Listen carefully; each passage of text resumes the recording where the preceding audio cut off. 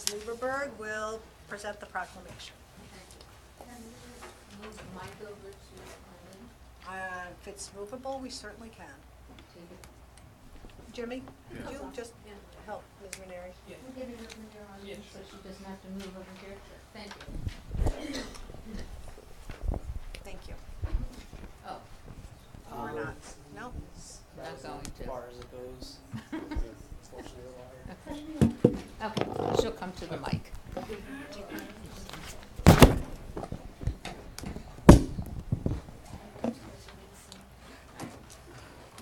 It's my great pleasure and honor to have nominated my good friend Arlene Shapiro for the Community Service Award tonight. I've known her for many wonderful years. She's one of the most kind, generous people I've ever had the pleasure of knowing. She has a wonderful, gentle sense of humor about herself too, and I'll tell you a little story about that in a minute. And it was easy to nominate her for the Community Service Award. Arlene moved to Millburn with her husband and 4 children around 1950. Shortly after she moved here, she was in the Millburn Public Library and met a woman who had been doing UNICEF, and she wanted to retire from that, so Arlene took it over. Nearly 70 years later, she's still doing UNICEF. She would go to the schools and the houses of worship to distribute boxes, and after Halloween, she would go back to all the schools and houses of worship, collect the money. Did you count it too?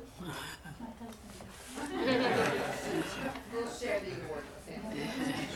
And then take it to the bank, and as I said, she's still doing that. Shortly after she started with UNICEF, Dr. Charles T. King, then Millburn Township School Superintendent, and he was in that position for 27 years, asked Arlene to talk about it at the principals meeting. She was nervous, and she saw that her hand was shaking, and she joked that somebody gave her a shaky microphone. In addition to her UNICEF work, she was a Girl Scout leader for 23 years. In that capacity and under her guidance, her Girl Scouts made a quilt that they donated to a children's hospital. Her Girl Scouts had a white elephant sail to raise money for a trip to see John F. Kennedy's grave. In addition to these volunteer commitments, she did a newsletter for the Sister Kenny Polio Foundation, helped the Kidney Foundation with their fundraisers, volunteered for many years with the Ruth Estrin Goldberg Memorial for Cancer Research, and worked for them as an event coordinator preparing huge fundraising dinners. Arlene was just told me that she just remembered that President Bush appointed her as one of his points of light for her volunteer work. As a final tribute to her, when she turned 80 years old, her family set up a Community Service Award to recognize Millburn High volunteer. The student is given a monetary award, and his or her name appears on a big plaque at the high school. So Arlene, thank you very, very much, and if you'd like to say a word, this is not a shaky microphone.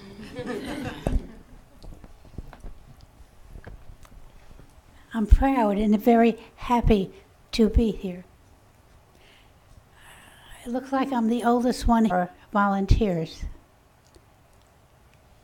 They learned such a wonderful lesson. We had such great teachers, and I know that I'm going to find that we'll still have great teachers.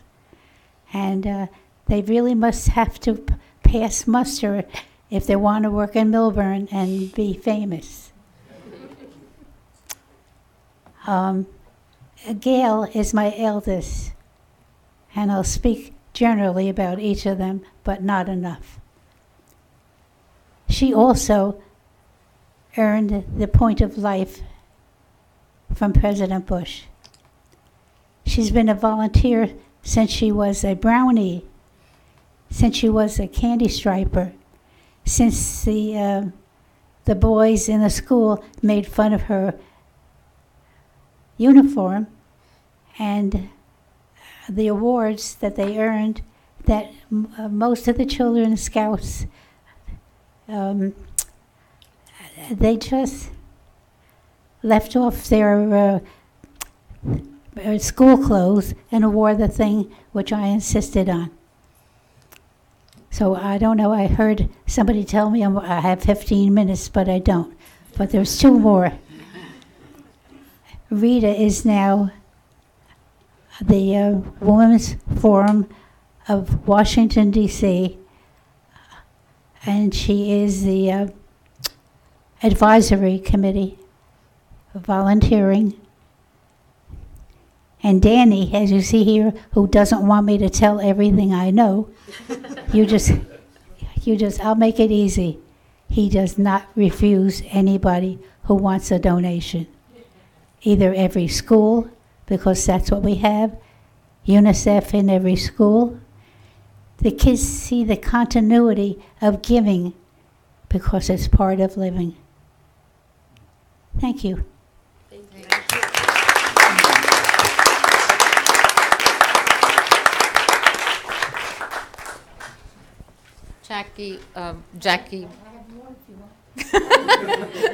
Jackie has the, let me move you over to there, has the proclamation for you.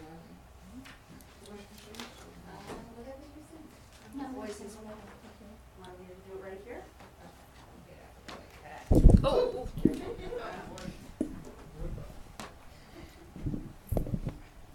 Whereas the Millburn Township Committee values the contribution of volunteers in the township and wants to recognize outstanding volunteer efforts that reflect the giving spirit of our community, including township residents and places of worship. And whereas Arlene Shapiro, her husband, and small children settled in the township in Millburn in 1950, whereas through a chance meeting at the Millburn Library, Arlene met a volunteer for UNICEF who wanted to retire, and Arlene took over the annual collection of donations on Halloween for that organization. And whereas for almost 70 years, Arlene has been collecting donations from local schools and houses of worship in support of UNICEF. And whereas Arlene Shapiro's volunteer career over many decades encompassed being a Girl Scout leader for 23 years, writing a newsletter for the Sister Polio Foundation, as well as volunteering and being an event coordinator for Ruth Estrin Goldberg Memorial for Cancer Research. And whereas to honor Arlene on her 80th birthday, her family established an award at Millburn High School to recognize a student for volunteerism. Now, therefore, on behalf of the Millburn Township Committee, our Mayor Cheryl Burstein, and on behalf of all members of the Millburn community, we extend thanks and appreciation to Arlene Shapiro, a consummate volunteer over many decades who has enhanced the quality of life in our community and beyond, and who has provided inspiration to all volunteers. Thank you very much.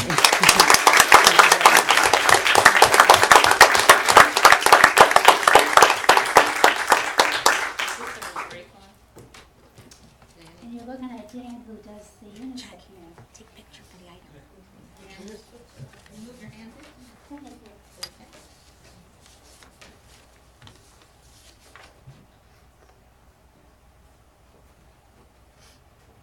Oh, they're right here. There you are. Arlene Shapiro, Community Service. The original date was 7/17/2018, and today is September 4th. Thank you, and congratulations. Thank you, Jim.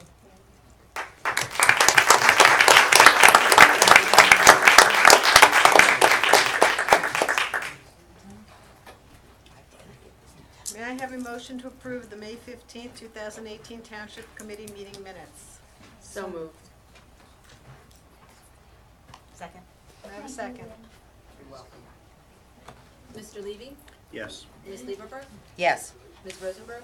Yes. Ms. Feiglo? Yes. And Mayor Burstein? Yes. May I have a motion to approve the May 15th, 2018 Township Committee special meeting minutes? So moved. May I have a second? Second. All those in favor? Aye. Aye. Opposed? No. May I have a motion to approve the June 5th, 2018 Township Committee meeting minutes? So moved. May I have a second? Second. You were here. Oh, I wasn't here. Yes, I was not here. You're right. Second.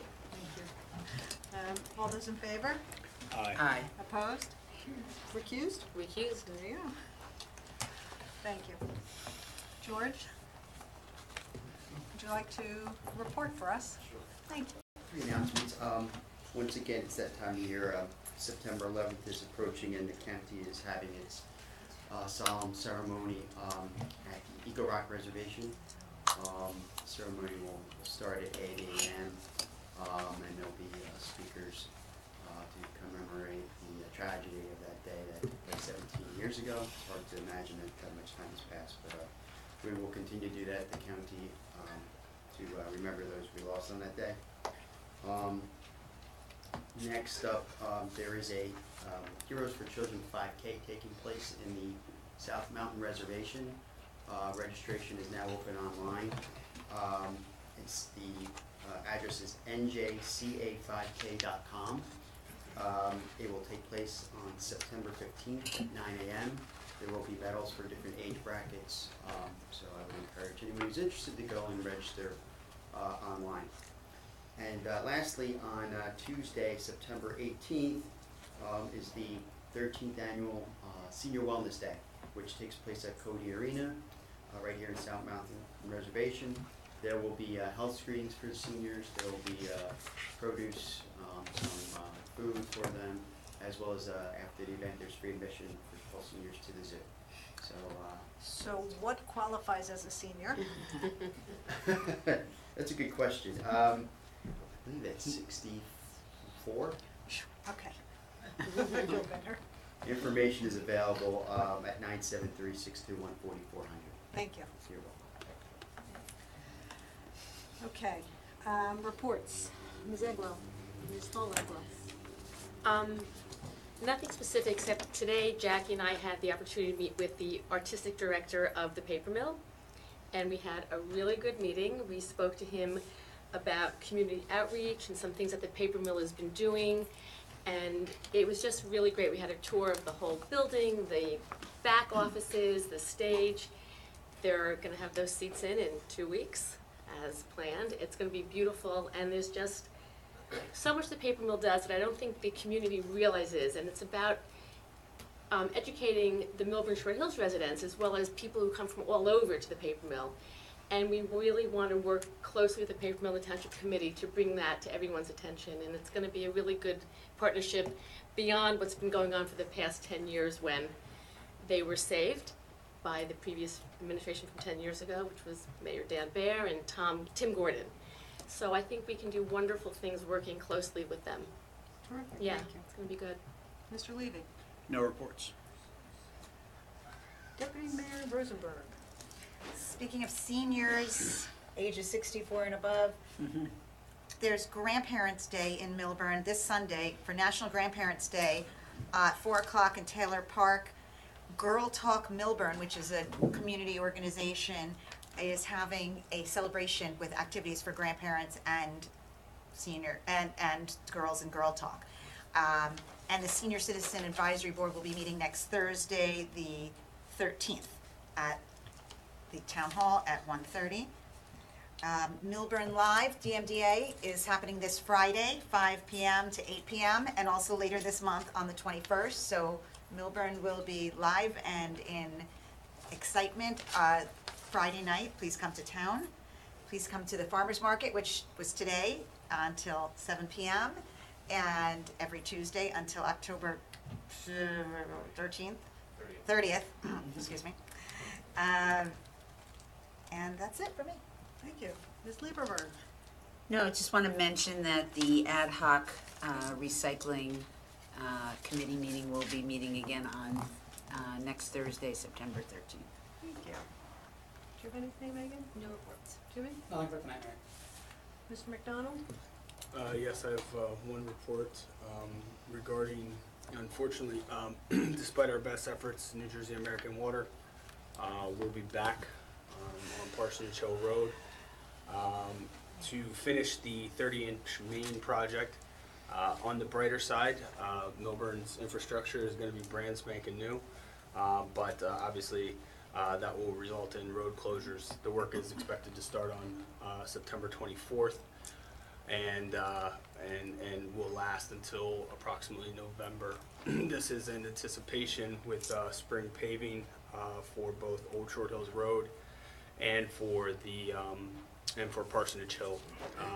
Spring paving from Essex County is expected to begin after March 15th. This information will be disseminated via our normal channels, Facebook, Twitter, in the township's website sometime tomorrow. We're working out some detour information so that people can have that. Thank you. Mr. Falcon? No report. Okay. I just have a couple of things to report on. One is that we finally got the deed by Now Finner and Way from New Jersey American Water. And Canoe Brook Country Club has agreed to deed over the piece that we need, but I don't know that we've actually gotten the deed, and as soon as we do that, we'll be able to put something up there that will preclude anyone from thinking it's a road. Actually, So- we have the deed. Did we get it? Because last time I talked to Andy, we didn't have it. He was waiting for one of the accompanying certificates. Oh, okay, did we get Which that? they have indicated they'll send right over. No, Oh, we don't okay. have it yet. Oh, okay. We should have So, it within we're days. gonna follow that up. And Essex County Bar Foundation and the Essex County Prosecutor's Office is engaged in a no questions asked gun buyback program. And they're asking for the public's support. So if anybody is interested in supporting that program, their goal is to raise $100,000. They've secured $50,000 in pledges and donations to date. And information on that can be found through the Essex County Bar Association, and any questions can be sent out to Wendy Deere at wsdeere@essexbar.com. And with that, we will turn to a presentation on recycling. Mr. Woolman. Yeah, so I'd like to, I'll just introduce Jesse Molman, who works in the administration office, and our summer intern, Victoria Warner, who has helped us out over the last few months, I believe since May. It's been a great experience for us. I hope it's been a great experience for all, but has certainly helped out in us educating the public about recycling. And Jesse actually also acts as our recycling coordinator for the township. So I'll let him take it away. We've done a lot of messaging as it comes to recycling. And go ahead, Jesse. Good evening, everyone. Use the mic. Is that good? Okay. Good evening, everyone. This presentation is going to focus on the various components of our recycling program and how individual actions at the curb can affect the recycling market as a whole. So, in terms of recycling, the distinction between what's considered trash and what's recycling is trash doesn't have value. It gets tipped in a landfill or an incinerator, and then it doesn't get reused again. Recycling gets put out at the curb, goes to an end market, gets sold on the international market, and then gets reused. And because it can be reused, it has value. And so it's important that we treat recycling as we're the suppliers of a material that we can get money back from. And so when we recycle correctly, it can save the township money. And when we put the wrong material in the recycling, it actually cost us more money than if we had put it in the trash to begin with. There isn't a steady value for recycled goods. So as an example, when the price of oil drops on the international market, it will become cheaper for manufacturers to use oil to produce new plastic as opposed to buying recycled plastic. So as much as we could put clean plastic in the recycling stream when the price of oil drops, there's nothing we can control on that end. But when China decides that they want to drop their contamination rate for recycling down to 0.5%, then it forces the consumers and the end markets to enforce a tighter, stricter stream from the consumers. And so one of the recent changes that we've instituted as a municipality is to make sure that there are no plastic bags going in the recycling stream, because that was leading to high contamination rates. Just as a reference point, in our last audit by Waste Management, which receives our material, our contamination rate was 8%, and they have to sort through it to get it down to the 0.5%. And that 8% is actually pretty low compared to what the general municipal output is. So these are all the accepted recyclable materials for single stream recycling at the curb. Plastics 1, 2, and 5. Cardboard, which everyone should flatten if they can before they put it out at the curb. It's much easier for the facilities to control it that way. Tin and bimetal aluminum cans, so soda cans, mixed paper and glass. And so if all of those materials are put out perfectly at the curb, then we have a clean stream. But if, for example, the pizza box that you put out has grease in it, if the takeout container has food in it, then what was once a clean material becomes trash, and by putting it in the recycling, it actually costs us more money to handle in higher processing fees. Plastic bags can be recycled at supermarkets and retailers, but not at single-stream facilities. No food or liquid, so people should rinse out their items and let them dry before putting them in the recycling bin. Polystyrene or styrofoam can't go out at the curb, but it can be brought to the Public Works yard. Wires, tanglers, hoses, and cords cannot be recycled. They should be put in the trash. E-waste, so cell phones, TVs, printers can all be brought to the Public Works yard, but not at the curb. And clothing. Next slide. And this is what a Class A recycling facility, so this is what theoretically our waste management facility in Newark looks like, at least a couple times a day with all the plastic bags that get caught.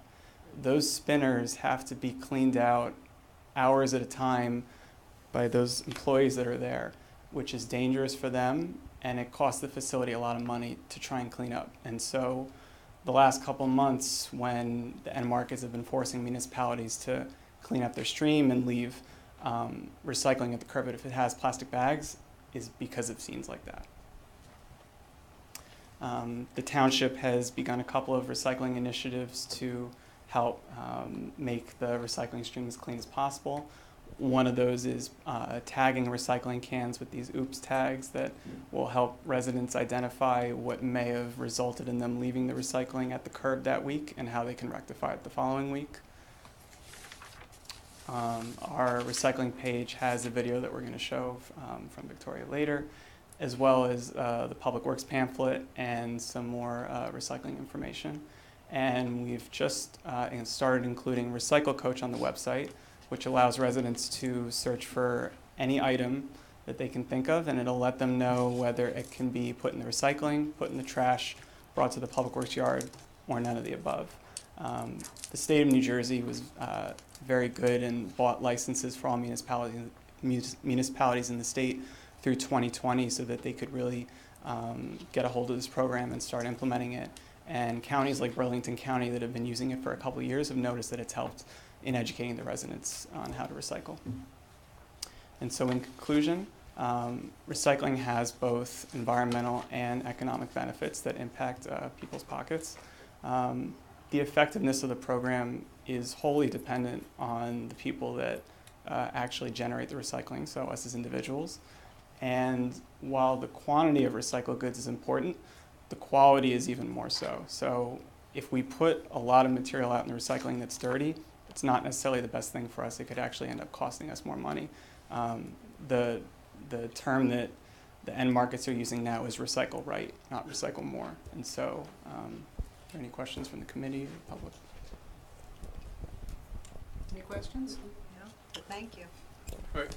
Now we'd like to show a video that Victoria had done over her summer internship. Unfortunately, we're dealing with some technical difficulties, so we're going to actually play the video and try to use the sound through the microphone. All right. Sure. Go ahead. Sure. Should I leave it here or should I? Whatever's comfortable for you. Okay, I'll grab it.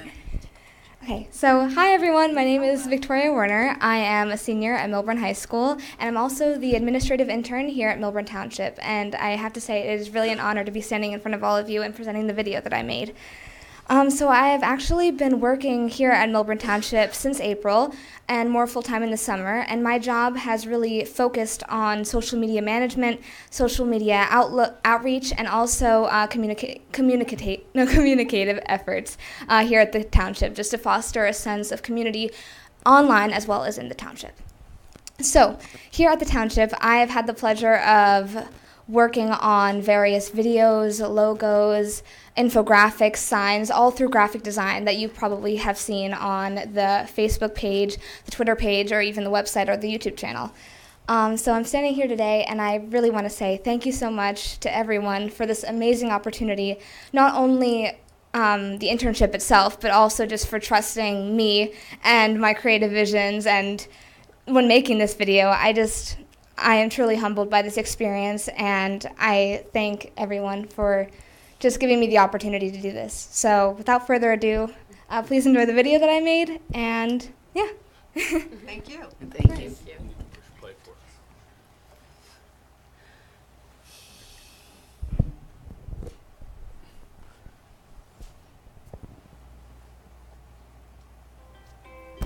Hi, Millburn Township here. We want to show you the top 5 ways to recycle right.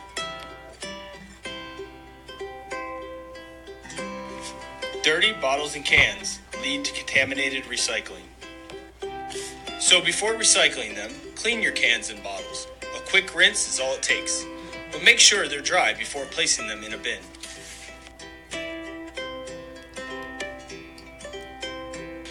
Paper and corrugated cardboard must also be cleaned to be recycled.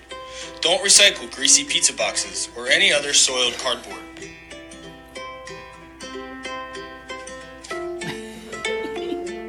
Plastics 1, 2, and 5 should be recycled. Here are some examples of plastics 1, 2, and 5 that should be recycled.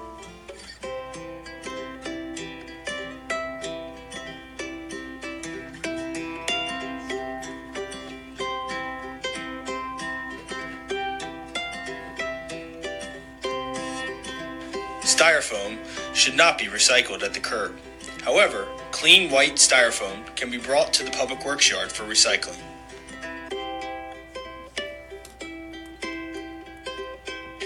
Never put plastic shopping bags or plastic wrappings in your recycling. Place all loose, recyclable material in a reusable can with a lid marked for recycling. Recycle your plastic bags at a local retailer.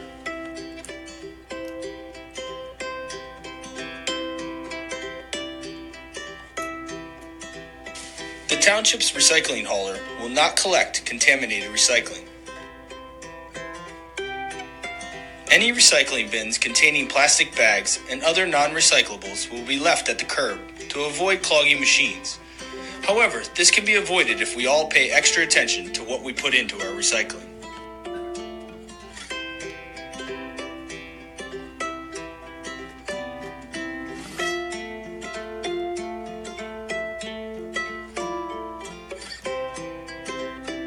Learn more at the Millburn Township website.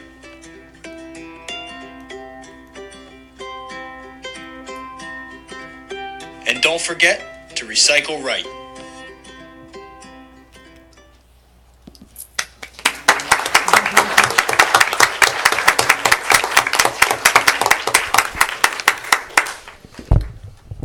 Thank you. We changed the voiceover. Thank you very much. Thank you. Thank you so much.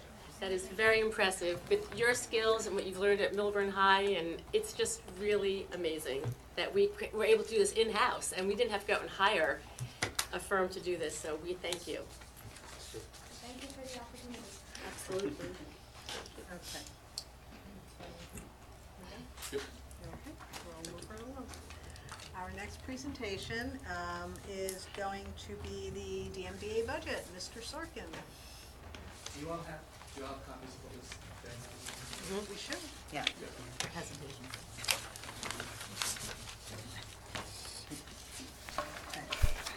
David Sorkin, 77 Fairfield Drive. I wanted to, I haven't been here in a few months, but I wanted to present to you in compliance with the municipal ordinance, the DMDA budget, which needs to be submitted by September 1st. The document we've submitted, it's been discussed and voted on by the current board, many of whom are sitting behind me. It's been posted publicly on the DMDA page of the downtown website at downtownmillburn.org/DMDA. And we've had the pleasure of going through the proposed budget in detail during the summer with almost all the township committees. Sam, we're still we're going to get in your calendar soon. We'd love to talk through the budget line by line with you, but we did have the pleasure of going through it with the town committee folks. We will give you a brief line by line overview tonight. Again, tonight is the introduction. My understanding is there's a full formal hearing in October, but I did just want to point out a few things before we go through the budget line by line. Number one is that we didn't base the 2019 budget off of what's been done in the past. First off, you'll see that we got it all on one page this year, easy to view, easy to reference. We used last year's budget as a starting point that we could learn from, but we also benchmarked our proposal against what's been done and managed successfully in other towns and special improvement districts. And Beth Littman, who's here tonight, she was able to provide insight into the appropriate percentages. For example, in the last budget proposal, over half of the budget was allocated to staffing. In 2019, we're bringing this down substantially to 25%. Again, a number that's not only in line with what other towns have allocated, but also a number that we feel meets our needs in bringing in an experienced part-time executive director. Second, we felt the need to better represent the DMDA as an economic development tool for the town. You'll see less money allocated to areas such as one-off special events.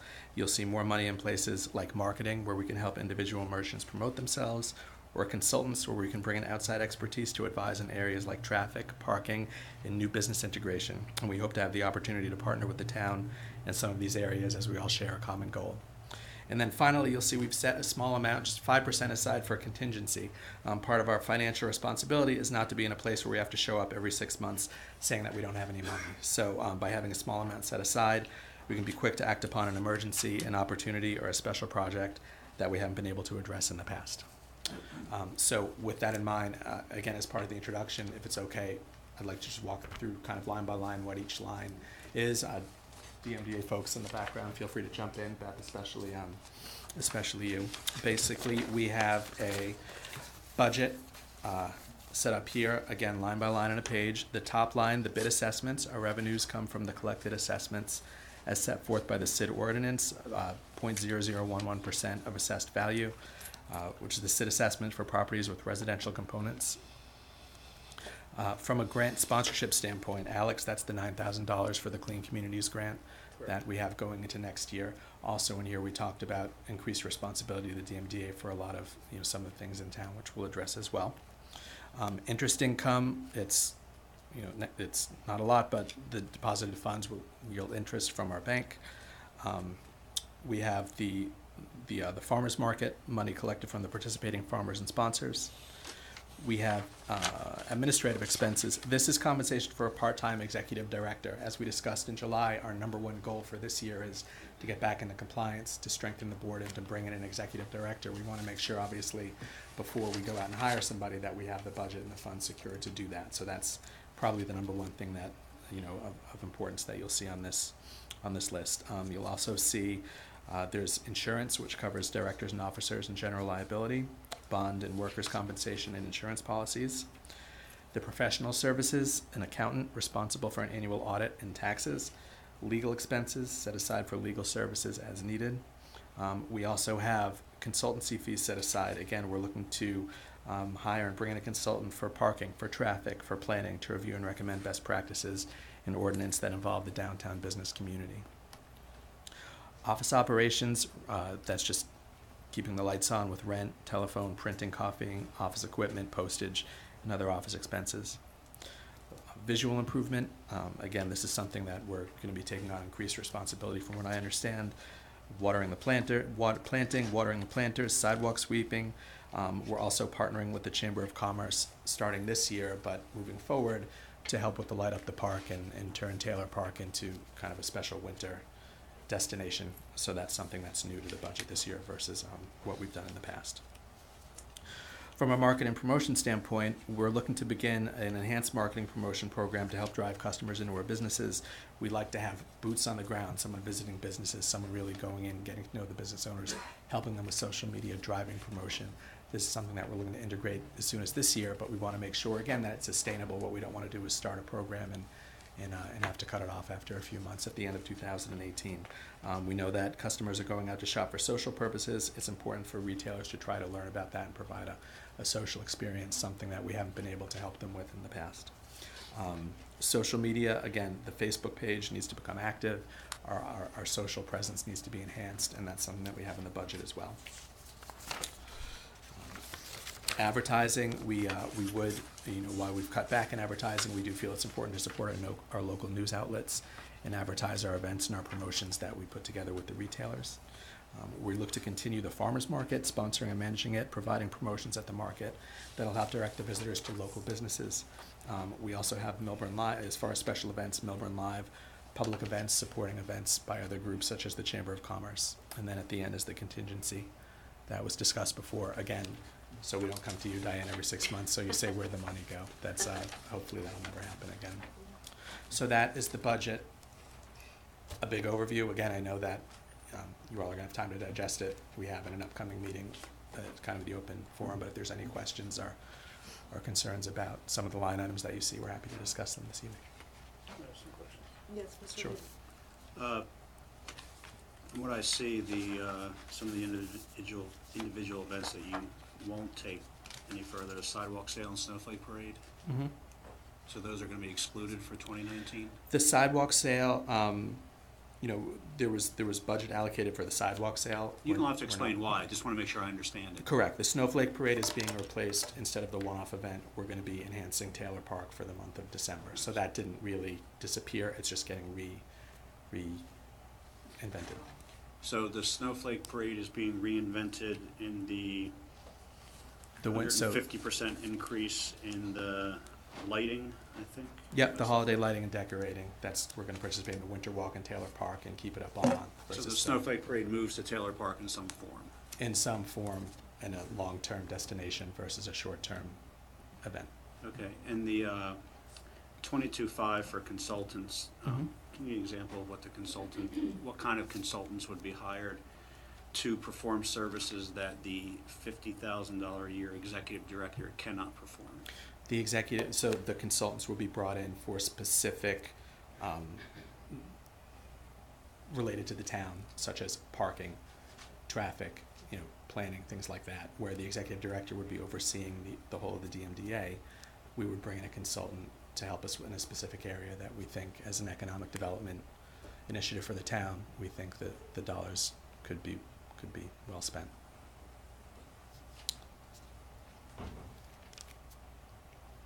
Okay, thank you. Any other questions from the committee? I have a question. Sure. Yes, Ms. Liebenberg. So it's my understanding that the farmer's market last year or 2019, Mhm. The event income was $8,000. And 4,500 of that is going back into programming to kind of strengthen the market as well as ancillary programs? Is that?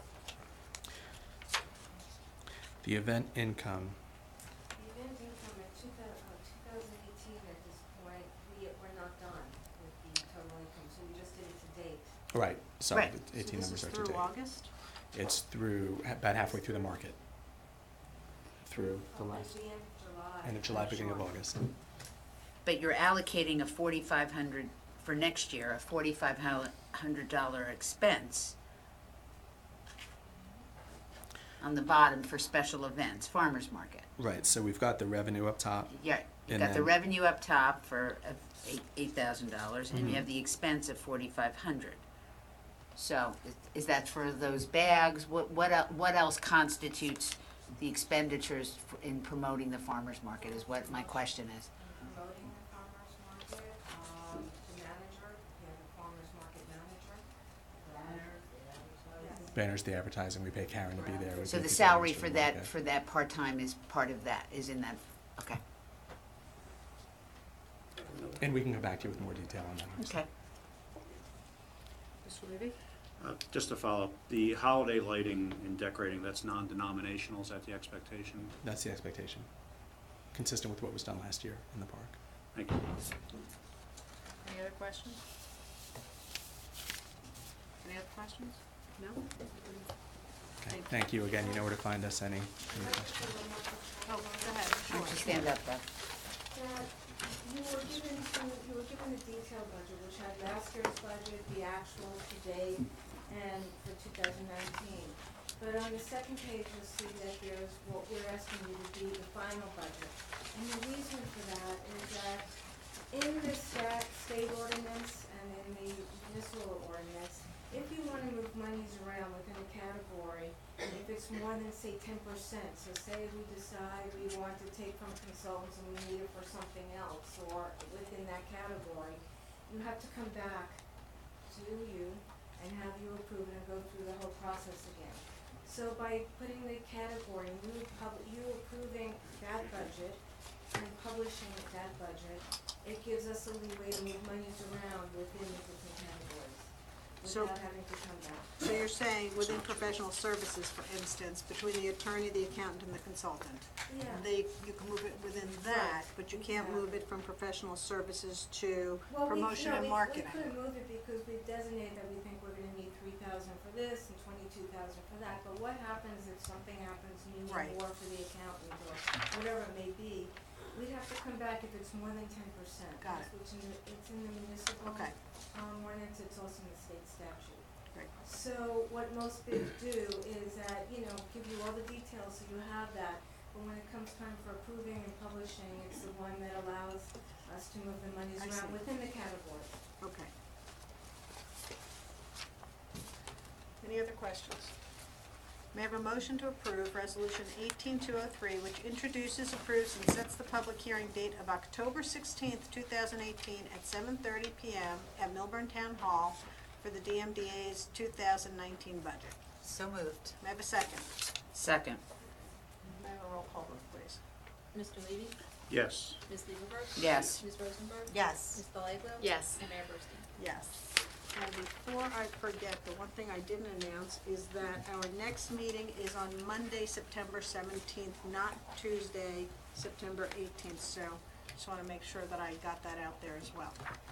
All right, next item on the agenda is the consent agenda resolutions. We have on the consent agenda tonight the bills list, authorization of refund of tax overpayments, authorization of a one-year extension of the recycling contract with Waste Management. We authorize the purchase of GMC vehicle for Millburn Public Works Department. Authorize the rebid of the Town Hall bathroom project. A professional service agreement with Mott McDonald to study the Haran Circle flood wall in the South Mountain section. Authorize online auction of energy purchase, authorize the online auction energy purchase lighting meter, and authorize the installation of 3 speed humps on township roadways, also in the South Mountain section. Is there any member of the public that has any questions or comments on the consent agenda items only? Yes, ma'am, please come up. Sarah Sherman, 42 Greenwood Drive, also representing South Mountain Civic Association. Just for clarification, the speed humps, and I'm assuming this is as discussed at the ad hoc traffic committee, this would be for Whittingham. 2 on Whittingham And one on Ridgewood by between Locust and Myrtle. Correct. So this does not have anything to do with Ivy and Beach Well, and other discussions that have correct, been held? because we haven't come to any conclusions yet on those. Okay, so I assume that's pending and we will talk further? Correct. Thank you. You're welcome. Any other questions or comments from the public on the consent agenda? No. Any questions or comments from the committee on the consent agenda items? I'm just going to comment that I'm very happy that these speed humps are going through. I think it's Is something. that a yes then? That's You have a yes. comment? Yeah. And what's your comment? My comment is that the residents have been asking for this, and we've heard them, and we answered it thanks to the ad hoc committee. And I think it's a positive move. I know some might not be thrilled, but I think it's going to be positive. Good. I have a question about Yes. an expense. Check number 20263, Garden State Highway Products, $11,500. Alex, do you know what that is? Specifically. Or just in general? In What? general, Garden State Highway Products is all of the township signage, whether it's stop signs, do not enter, street name signs, things like that. Cones, is it that too? Like They cones? can be, yes, they do also sell cones, Okay. but generally it's our signage in town. And this is for how long a period? Again, I'm not sure without looking specifically at the Okay. purchase order. Just as a way of a comment, if you're gonna ask those kinds of questions at this meeting, you should probably ask ahead of time so he has the ability to look it up and have an answer for you. But generally it's our sign. Okay. Anything else? No. May I have a motion to approve the resolutions listed on the consent agenda? So So moved. May I have a second? Second. May I have a roll call vote, please? Mr. Levy? Yes. Ms. Lieberberg? Yes. Ms. Rosenberg? Yes. Ms. Bell-Eglo? Yes. And Mayor Burst? Yes. Okay, the next item on the agenda is Resolution 18213 to authorize the township to join the municipal pipeline group. Any member of the township committee that has any comments in regard to Resolution 18213? I do. Yes, Mr. Levy. Well, I've stated my opposition to this resolution, or the proposed resolution, and the contents of it previously, which I won't repeat for interest of time. But on the resolution itself, the 8th whereas clause provides that the Township Committee previously adopted Resolution 15028 on January 6, 2015, opposing the project. In fact, that resolution doesn't oppose the project. The only thing that 15208 does is urge the Army Corps of Engineers and other organizations to reject the project and urge an environmental assessment.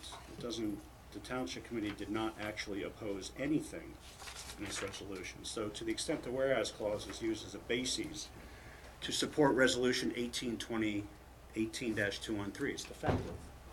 So I would urge that the resolution either be amended or rewritten, because one of its bases is not actually factually accurate. Say that.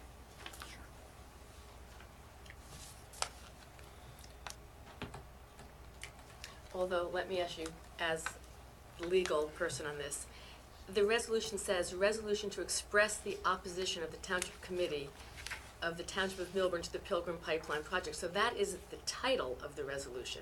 Now, that's a expression of what the intent of the, perhaps of what the intent of the resolution was, but however, what was actually resolved, which is part of the resolution clause, has nothing to do with opposition. It just has to do with urging. Now, it may be a Scrivener's error, it may be intentional, I don't know, I wasn't on the Township Committee then, and nor did I participate in any dialogue on this, but it doesn't resolve that the township opposed it. It just urges what the Corps of Engineers, New Jersey Highlands Water Protection Council, and other authorities were supposed to do in terms of rejecting the project. Millburn itself didn't reject the project. My guess is because there was nothing to reject. There was no project to reject at the time, nor is there a project to reject now because nothing has entered New Jersey, which is one of my problems with this entire resolution. But nonetheless, that whereas clause is defective if used as a basis to support this current resolution. Kit, what do you say? Well, I would think that perhaps that could be clarified by removing reference to opposing the project and instead saying that the Township Committee adopted Resolution 15028 urging rejection of the project by applicable governmental agencies. There are in paragraph 1 a request that the following agencies, the Army Corps of Engineers, the New Jersey Department of Environmental Protection, the New Jersey Highlands Water Protection Policy Council, and any other federal, state, or local entity engaged in review of the pipeline project to reject the project. That would remove the reference to opposition to the project, but I think accurately reflect what the township called upon these agencies to do, to reject it. I think that's a fair reading. I don't think you can, you'd have to have a motion to amend, and I'm not sure, but I think you'd have to publish an amended proposed resolution rather than just amending it on the spot and having a vote on it. No, we don't have to publish this. Ordinance you would. So you're going to just amend right now? Yeah. You could. So this whereas clause would read, whereas the Township Committee adopted Resolution 15028 on January 6, 2015, urging its rejection by applicable government agencies. I say you're urging rejection of the project by applicable, yeah.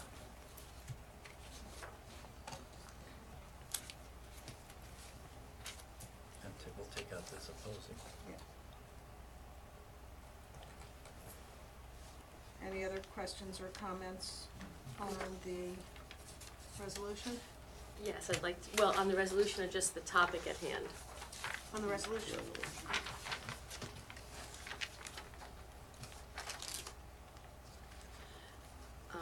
Are we gonna have Mr. Scagnelli is here from the, speak?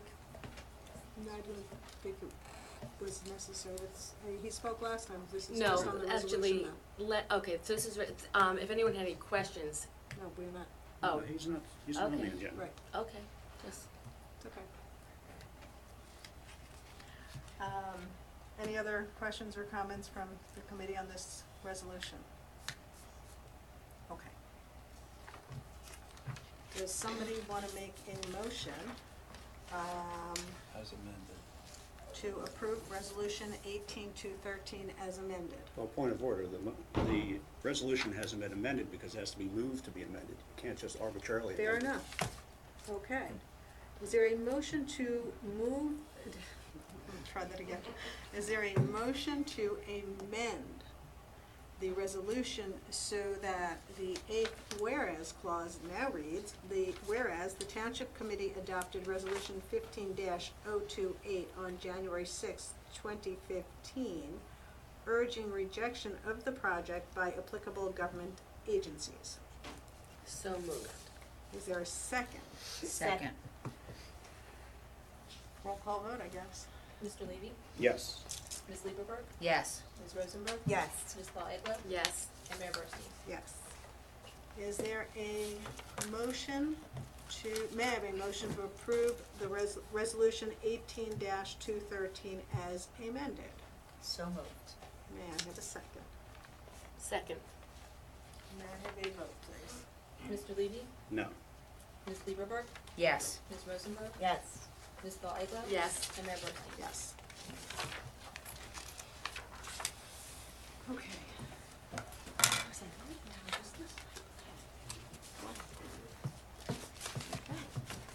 Does any member of the committee have any new business to address? New business. Going once, going twice. Is that new business? Do you want me to just- Yeah, let's talk about it. Okay. Okay, Mr. McDonald, would you like to? Yeah, I mean, I had brought to the committee's attention, but, under new business might be a time to also just bring it up and discuss if the committee has discussion on it. We've been approached about the possibility of constructing a cell tower at the fire department headquarters building, where a current tower, although not a cell tower, does exist. Just the committee's thoughts on that. Again, as we've been approached, it would be good to just have some direction on that matter. Do you have any details on the size and scope and Yeah, what it's planning on doing? So this, again, it would have to be bid out. It would not be just sort of, hey, here's your cell tower, but the idea would be that it would be a cell tower of approximately 70 foot. The current tower that's at the fire department building is 65 feet, and that it would occupy a small space beside the fire department headquarters. The bid would be to lease that portion of property from the township to build that tower, and that communication equipment could be, if needed, established on that tower. Those are the details that I know at this point. Again, it's just whether there's appetite from the committee to even explore that. Or as I say, are there any pictures or diagrams of what we're exploring? Any, Just what you normally think of as cell tower. I don't have any but particular. bigger than the one we have in, It's a monolithic. It would be a monolithic pole with the nodes at the top of the tower, correct? Like you normally see. Like I believe you have one at Turfgrass. all right. Mr. Levy? Yeah, I don't have an objection to it, but there's been a lot of litigation sprouting up around the country, successfully in many cases, in which affected occupants who live around cell towers are suing not only owners of the cell towers and lessees of the cell towers, but also owners of the land in which, essentially the landlord in which the cell tower sits. And so to the extent that we do this, it would seem that we wouldn't want an indemnification agreement from whoever owns or installs the cell tower in the event of that kind of litigation, unless, or except perhaps, if we're putting our own communication equipment on there, for instance, emergency services and things like that. And that would maybe have to be a carve-out. Is there such litigation in New Jersey? I don't know. There is in California, and it's been successful, and there is in, I think it was Nevada and maybe elsewhere out west too. It's become a plaintiff's lawyer shift categories in which they like to sue under, and California has seen its share of suits. There may be in New Jersey, I don't know, but it would seem to me that we would want an indemnification agreement. Certainly. Any other thoughts? I also am not opposed to it, but I think we should look into some of the issues that are raised. I know when I sat on the zoning board, there were a lot of applications for cell towers, or not enough. And you will have testimony from people with respect to the waves that are produced, and it's really, in New Jersey at least, it's, you really can't stop someone. I mean, we're talking about a township, so it's different than personal property, but you really can't stop somebody from putting a cell tower on their property. So if a resident chose to do this, to lease out their property, you're saying they could? Absolutely. Yeah, they can. Interesting. Absolutely. Yes, it's very hard to. But one of the reasons residents don't do it is because they face ultimate liability for the waves, as alleged. I don't want to get into the legal stuff, but a lot of people allege cancer and things like that from these things. So you make yourself vulnerable to those lawsuits. Yes. There's one case on this decided by Judge Bozanellis a few years ago, stating that there will have to be a full hearing so that the considerations such as potential effects of radio transmissions and so forth will be brought to the fore, and anyone who wishes to comment on any of that or bring any information to light which would affect that will have the opportunity to do so, and such a hearing must be held in order for such a transaction to be completed. Alex, Ms. Lieberberg? yeah, Alex, could you just please explain to everyone, unless I'm or me certainly, what's there now, at the 65-foot level? Yeah, it's a like a wireframe tower that currently holds our backup emergency communication equipment. It's, I'm not sure how to describe it, but it's like one that you could climb. It's more triangular in nature. It's not a monolithic pole. Has a wider base frame on it, but it's certainly not the diameter or of what you typically see in a cell tower. And that's for our communication only? Correct. So do we want to investigate this further, is the question that's pending? I think it's worth investigating, a starting point, sure. Right, I agree. We have a consensus that it would be Yes. worth? Yes. Okay, good. Okay. Any other new business? One of the things I put on the agenda is a discussion regarding possible construction changes. And as I said I would, I met with the Building and Engineering Department, and we were coming up with some ideas of what might make sense, that they would think is a good idea. Now, and some of this came up because we have a resident who has been complaining about what's been going on next door during construction, new construction. And so one of her original complaints is that during the demolition of the house next door, they didn't have a porta potty. And we were trying to figure out, our building department, because porta potties are governed by OSHA, our building department does not have authority to say, hey, put one there. And we can't have an ordinance that does that either, because OSHA governs. So one of the things we talked about was having an ordinance that basically says that our developers in town have to comply with OSHA. And that would then give us some teeth for our building department to be able to direct somebody to do something. So that's one of the options, or one of the possibilities. Another issue that came up is having garbage strewn all over.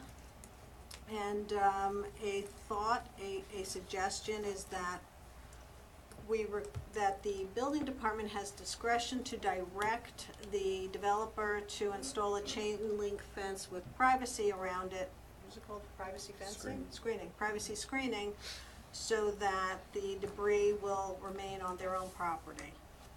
And also make sure that sidewalks are clear of debris, or if the property is too small to be able to do that, have safe passage. Another issue that came up is when a structure is being demolished, to require a wet down of the main structure of the house during demolition and during debris removal. Fourth item is, and this was suggested actually by a member of our public, that we require our developers to have a demo plan. So that would provide for dust control, give us a time frame of when demolition was going to take place, provide a location of the porta-john, provide a location for the dumpster, and provide a location of silt fencing. That will also make it easier for our building department or our inspectors to make sure that when someone is doing demolition, that they've got everything in place that they need to have in place. And the last thing that's come up is that we preclude major, like earthwork, work with major machinery on federal holidays, without exception, as opposed to owner-occupied being permitted to work, since everyone will just say they're owner-occupiers. So, so those are 5 items that we discussed, and if that's something we're interested in doing or pursuing, then it's something we should then direct our council to start drafting some ordinances. Any thoughts? I think that's great. It's nice when a complaint turns into us taking action and realizing what's going on. I know, especially with the wet down, that was a question about asbestos. I had residents call because they had young children and they were worried that there would be asbestos in the air should they not wet it down, but it wasn't a requirement. Well, asbestos has to be removed before they can demolish a house. So it's a lot, for us it's like lead, because these are old homes, a lot of them, it's the lead in the paint that gets out there as well, so. Any other thoughts? So what is, are we going to have like specific fines laid out, penalties, like how's that gonna work? Would that be the next? No, I mean, generally there's a general fine that governs the township's ordinances, which is a maximum of $2,000. Per offense? A one-time fine if they offend 1 week, 2 week, 1 day? No, you can assess the fine per day. Per day? Oh, I think that's a good deterrent. You can also stop work too. You can stop work Right. as well, correct. Right, you would have to stop work until they did what they needed to do. Right. So it'd be a one-time fine, and if they stop work and correct whatever's going on, they would not be continuously fined. Correct, so if they don't have a John and they bring one, They're good. and they don't have to get a fine the first day, they can, you know, you can say, if you don't have it here by tomorrow, you'll get a fine. I mean, those are things we can discuss as we flesh out ordinances. Right. Yes, it's something we wanna go ahead with? Yes, I think Yes? so. Yes, absolutely. Good, thank you. All right, we're down to public discussion. So, when you're invited to speak, please come to the lectern, clearly state your name and address, and speak into the podium microphone so your comments can be understood by all and properly recorded. Whenever you read from a prepared statement, please give a copy to the Township Clerk's office, give a copy to Megan, or email it to the Township's Clerk office at cgatti@millburntwp.org. We request you not to repeat what others have said. We are not going to use our clock today. We're going to see how it goes, and we'll see what happens, whether we go back to it, but we'll try tonight without it. So with that said, if you would like to make a comment, please come up to the microphone.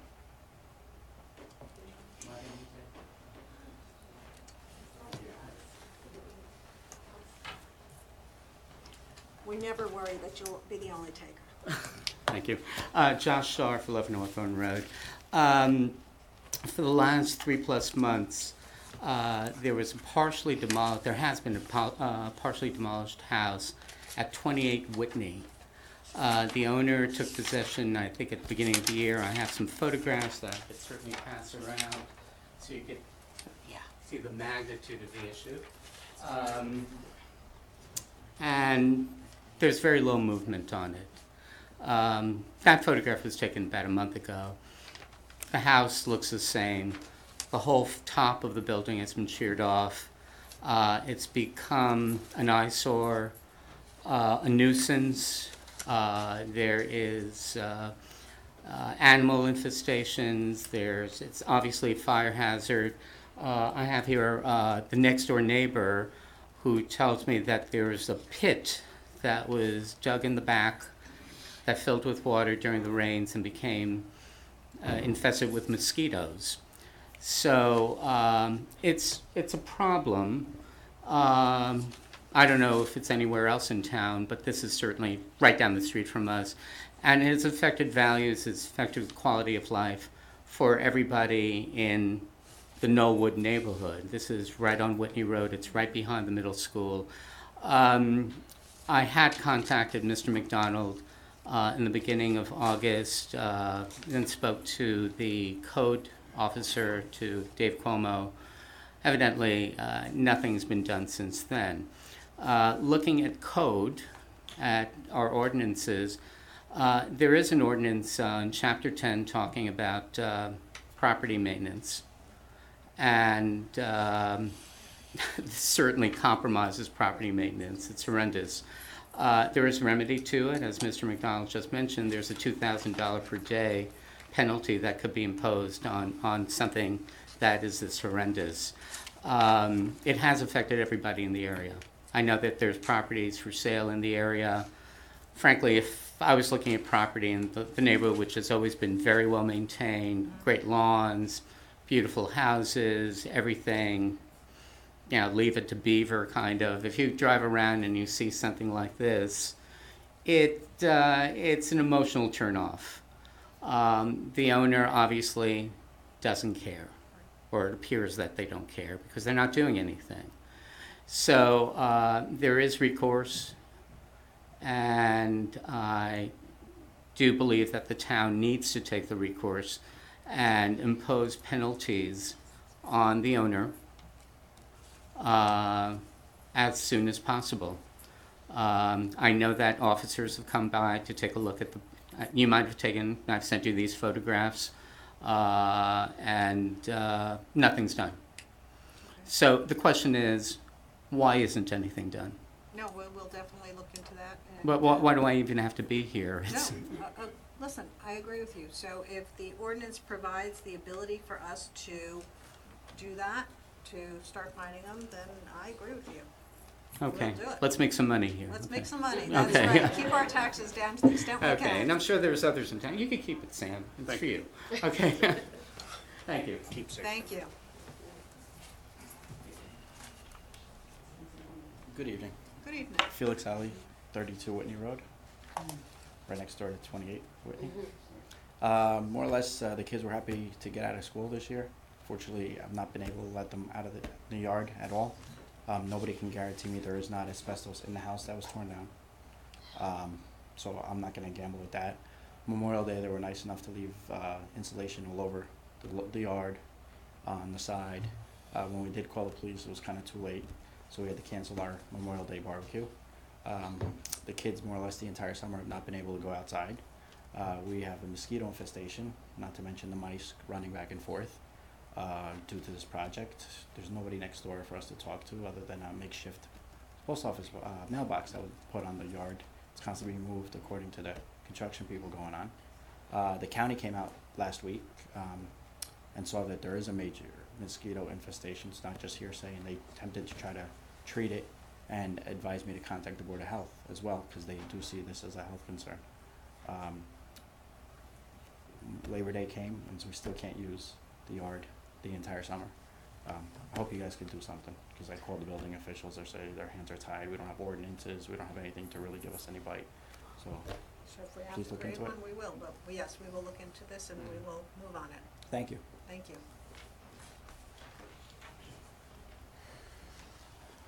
Good evening, Dave Cosgrove, 99 Oakview Terrace.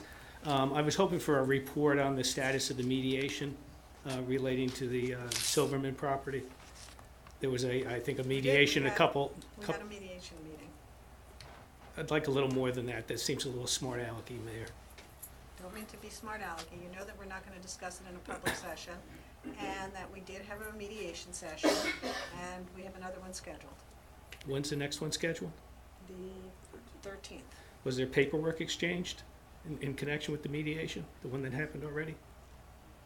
And the reason I ask that is I've asked for that from the town and been told that the committee says that that's privileged information and won't give us anything, including a statement by the developer that was given to the town council. I don't think that's privileged at all, not even close. I didn't see the clerk's response to your OPA request, but I believe she cited the Mediation Act, which said that all documents exchanged in a mediation are privileged, and that loops back through OPRA. OPRA follows that. It doesn't if it's a mediation statement that's provided by the developer to the town council and to the litigants. It's not privileged. Maybe you want to reconsider that, I don't know. But you certainly can give it to us as well, We will follow the regardless. advice of our council on this. Okay, very good.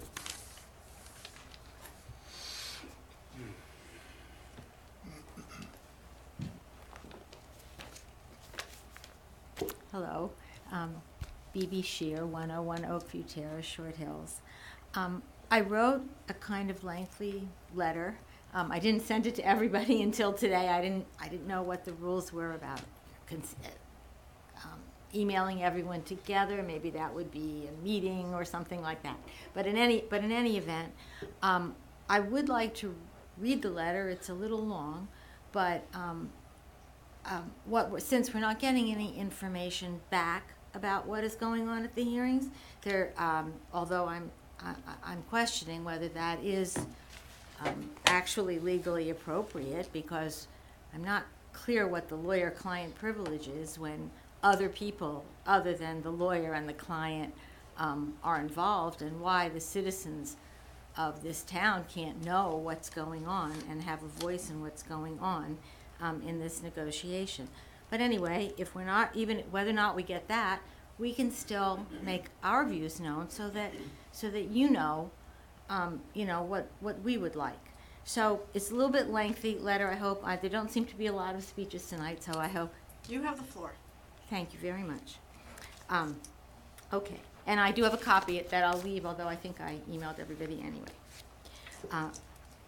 I believe that Millburn's main argument against the plan that the Silverman Group has proposed for the property it owns on Woodland and Chatham Roads in Short Hills, which to my understanding is 82 or 62 one and two bedroom inclusionary housing units providing 10 units of affordable housing, commercial space below the housing, a facility for the Summit Medical Group occupying around 10,000 square feet or more, and a 191 car parking garage are simply not suitable for the 1.5 acre Silverman lot. As you know, the Silverman site is in a B3 zoned area across from the Short Hills train station. The site is nestled in a residential neighborhood of single-family homes, one 2.2 acre garden apartment development, the Cora Hartshorn Arboretum, and the Cora Hartshorn Arboretum. The current Silverman plan that has been made public is for a complex of 3- and 4-story buildings to occupy nearly every inch of the site, nearly all of the site, creating a solid block of attached buildings that rise up much higher than anything else in the surrounding area. Looking at the relatively recent case of Cranford Development Associates v. Township of Cranford, I see several statements by the appellate division that support the argument that Silverman is not entitled to a builder's remedy judgment that allows it to build that kind of complex, the medical, commercial, parking, housing complex that it's planning to build or that it wants to build. For one thing, the appellate division characterized the Cranford lawsuit as an action brought by developers alleging that Cranford's current zoning prohibited the construction of affordable housing. In contrast, the B3 zoning at the Silverman site doesn't prohibit construction of inclusionary housing. I don't believe that Silverman is claiming that it can't build a 67-unit inclusionary residential housing project, 15% of which would be 10 units of affordable housing without violating B3 zoning. I'm not sure they're actually saying that. But building such a housing development is not what Silverman wants to do. The Silverman Inclusionary Housing Project is merely a mechanism Silverman is using to build much more than housing. Silverman wants to build a large Summit Medical Group facility, or a reasonably substantial one, commercial space under the housing units, and an underground parking garage large enough to permit Silverman to rent some of the spaces. And this is my understanding. Of course, we're cut off from information, so I'm only guessing here. Some of the spaces, my understanding is, would be rented to individuals who would not be either its rental or business tenants, or their visitors or customers or patients, maybe to people who just want to park there to use the train station or park there for other reasons. That's my understanding. It may be that some development other than the inclusionary housing itself is necessary to make the housing financially feasible for Silverman.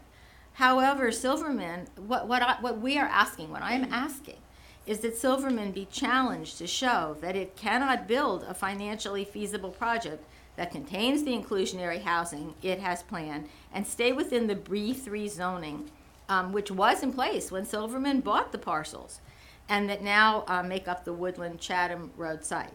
And if the zoning has to be changed to accommodate a financially feasible 10-unit inclusionary housing project, I am asking that this township committee assert the right to limit those zoning changes to the minimum necessary for that financial feasibility. So there's another case, as the Appellate Division said in the Cranford case, the builder's remedy was developed not for the benefit of builders, but to advance the constitutional interest in affordable housing. And the New Jersey Supreme Court said in another case in southern Burlington County, NAACP versus Mount Laurel, the public interest should be guarded carefully to be sure that plaintiff developers do not abuse the Mount Laurel doctrine, and that's what I'm asking here. In Toll Brothers, the Toll Brothers case, Toll Brothers versus Township of West Windsor, the New Jersey Supreme Court characterized the requirements for granting a builder's remedy as including both the requirements that the proposed project contain a substantial amount of affordable housing, which may be set at least 10 units. I'm not sure about that either. And that the requirement that the builder's remedy lawsuit, or the builder's remedy site be suitable from both an environmental and a planning perspective. Silverman's plan would just add 10 units of below market rate rental units to Millburn's housing stock, and only for 30 years.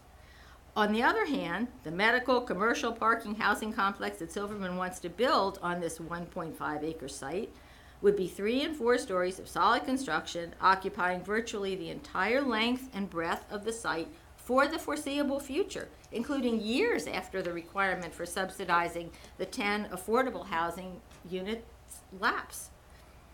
Furthermore, even if Silverman were able to show that its planned Woodland Chatham Road project is environmentally suitable, and I don't know that it has, Silverman would still not be entitled to a builder's remedy in this case, as long as Millburn can show that Silverman's project represents bad planning. And allowing a huge, tall complex in a village-type neighborhood like Glenwood, made up of single-family homes, one small area of low-rise apartments, a small amount of low-rise commercial structures, a beautiful arboretum, and the quaint Short Hills train station, is bad planning that violates Millburn's master plan. Millburn's planning goals include protecting the character of its established neighborhoods.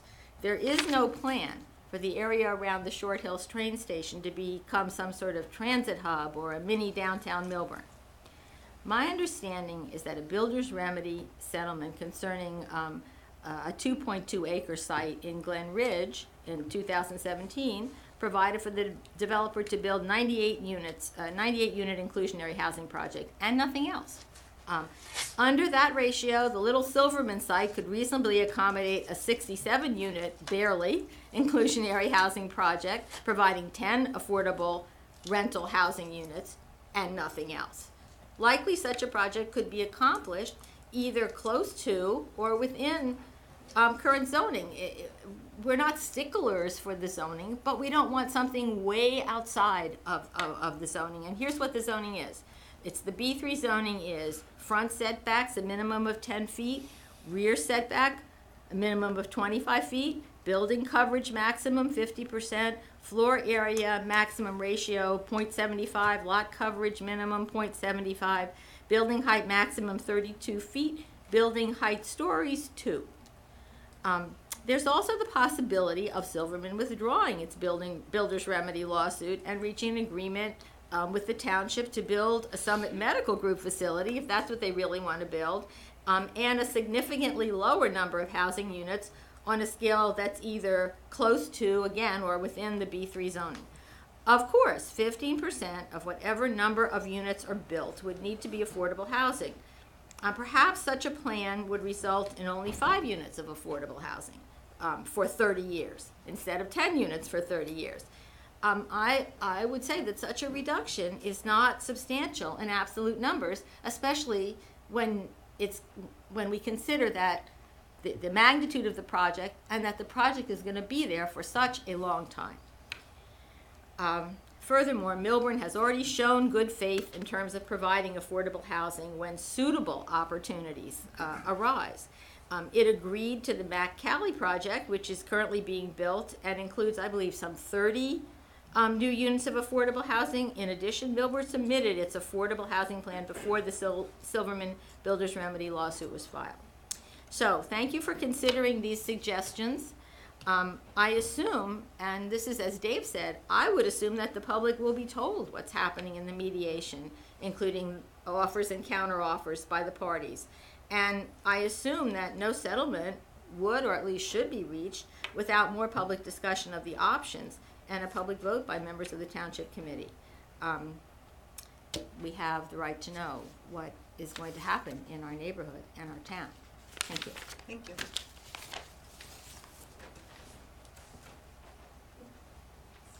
Ed Mazer, Greenwood Drive. I will be well under the 3 minutes. A year ago, we passed 2 traffic ordinances with respect to the opening of the Washington School. One of them was on Main Street heading north, that a right turn was prohibited from 7 to 9 in the morning, 2 to 4 in the afternoon. I would suggest to the board that this should be further limited to school days. It makes no sense Saturdays, Sundays, or during the summer that the traffic right turn should be restricted on that. That's similar to would be the restrictions that we currently have prohibiting a left turn onto Haddonfield during school days. The second one would be the one restricting left turns out of the Washington School on Spring Street. Currently, it prohibits left turns from 7:30 to 9 in the morning and 2:30 to 4 in the afternoon to restrict cars and get them out of the Washington area. That seems to be working with the cars. The buses uniformly make that left turn onto Spring Street. If in fact it's necessary for the buses to make that turn, I think we should be adding an exception underneath that, except buses, much as we did from Essex Street, permitting the left turn onto Main Street for buses. Thank you. Thank you. Mr. Mazer, I just want to say that at the ad hoc, the Washington section, South Mountain section ad hoc, the no right on red only on school days versus every day was discussed, and the representation from the South Mountain section was that it was okay to have it 7 days a week. So I think that if that's an issue, then I'm gonna ask you to go back to the South Mountain group Mm-hmm. and have that discussion internally South Mountain, and then they'll bring it back to the ad hoc. All right, Okay? thank you. Thank you.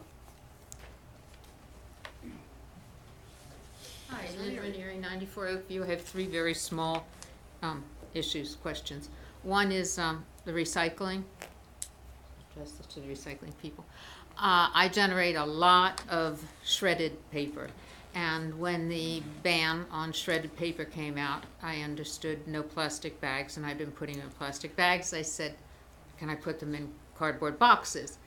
And I was told no, so that didn't make any sense to me. So I called the recycler, and they explained to me that the little bits of paper get sucked up into the machines and clog the machines. And then I was happy, well, not happy, but then I was content because I had an explanation. So I guess my request is, can we just put an explanation? Oh, here's another example.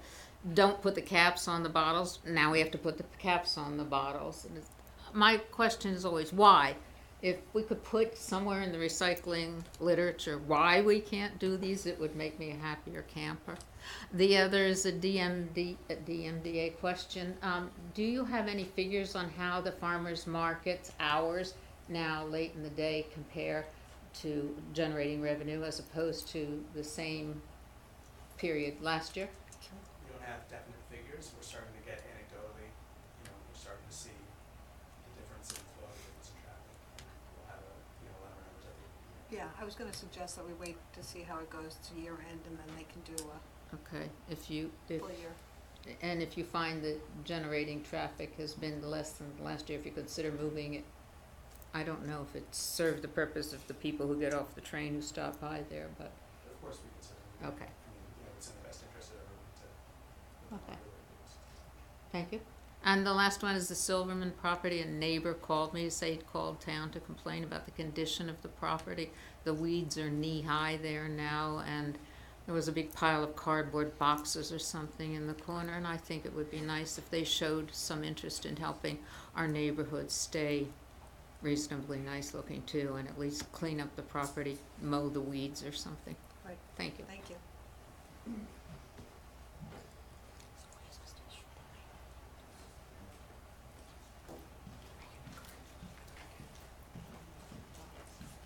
Can you just let Carrie go before you? Sure. Okay. Somebody want to go? No, go ahead. Oh, I'm You sorry. come Come do on your. up. Come on up. Come on. Yeah, No it's okay. problem, Cheryl. Thank you.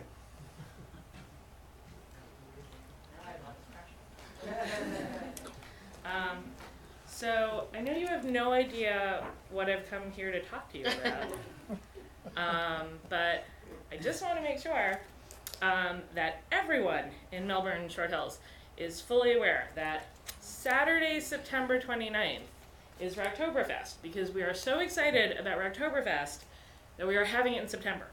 There's the camera. That is Show the sign. That is how excited we are. So I just want to make sure everybody has it in their calendar. It is going to be an amazing day from 10 o'clock in the morning in Taylor Park till 7:30 at night. And then that's a whole all families, all day event with a STEM expo in the Bauer Center, with rides, with food, with wonderful vendors and activities for the entire family. So everybody from 0 to, 110-ish can come to the park and have an amazing time. And then we have the after party from 7 p.m. until 10:30 p.m. at 75 Main Street, which is the open lot, like adjacent to Moonshine. And that is grown-ups only. So we just want everyone to come out and really support our town, support our schools, because we truly think it will be a wonderful event. Trust me when I say we are working like dogs to make it a wonderful event. I intend to see everybody here.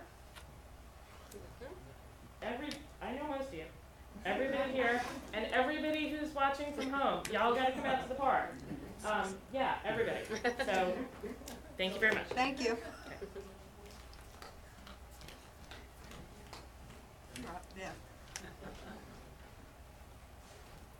Thank you. Dan Bear, 11 River Lane, Mayor, members of the committee, Megan, how are you? Jimmy, Alex, Kit, good to see you. Hope everybody had a wonderful holiday weekend, and happy birthday to you. Thank you. Now that's over.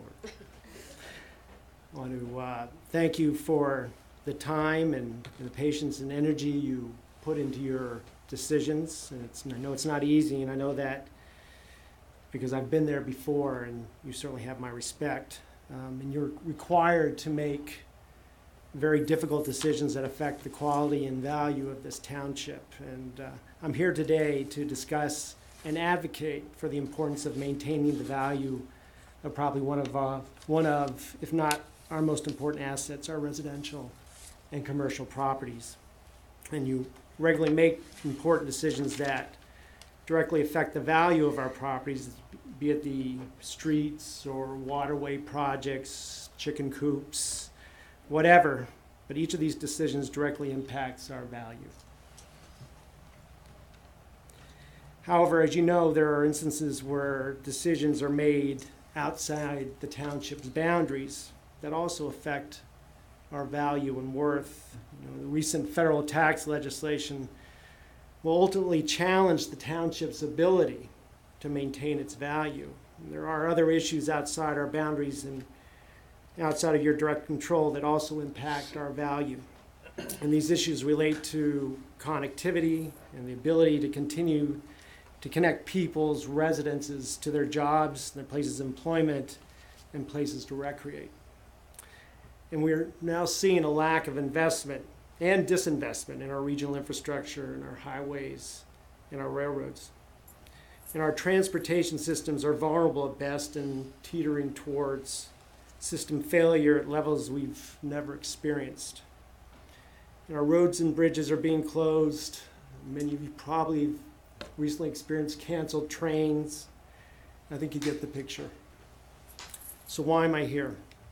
I'm here tonight to request the consideration that the township and its elected body take the lead in advocating for state and federal funding to bring our systems up to the levels necessary to accommodate future growth and demand and preserve the value of our community. This township has experienced the positive benefits of transportation investment and improved connectivity. In the early 2000s, our property values increased from 18 to 20% with the introduction of Midtown direct rail service. Not even the schools have generated a one-time increase similar to this. And I ask you to look and think outside the township's boundaries and advocate for the maintenance of the value of our properties through the necessary investment in our infrastructure. And I ask you to be leaders on this issue and take the necessary steps to garner support for such investments so that we preserve the value of our homes and our commercial properties. And through the preparation and consideration of a resolution, this township can take the lead and build a coalition around a very important and significant issue. So thank you for your time tonight, and I hope that you would consider and take the time and steps to advocate for this very important issue. Thank you very much. Thank you. Anyone else?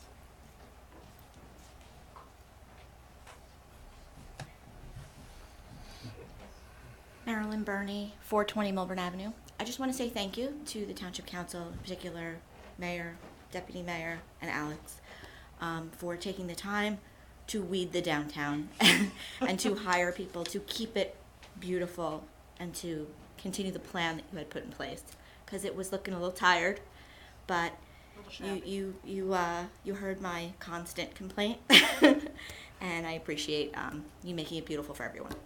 Thank you. Anyone else? So before I ask for a motion to adjourn, for those who it is relevant, and even to those who is not, wish you all a happy and healthy. We have a new year coming up for many of us, and I wish you all a happy and healthy new year. And with that, may I have a motion to adjourn? Motion to adjourn. May I have a second? Second. We're adjourned. Again. guess all in favor?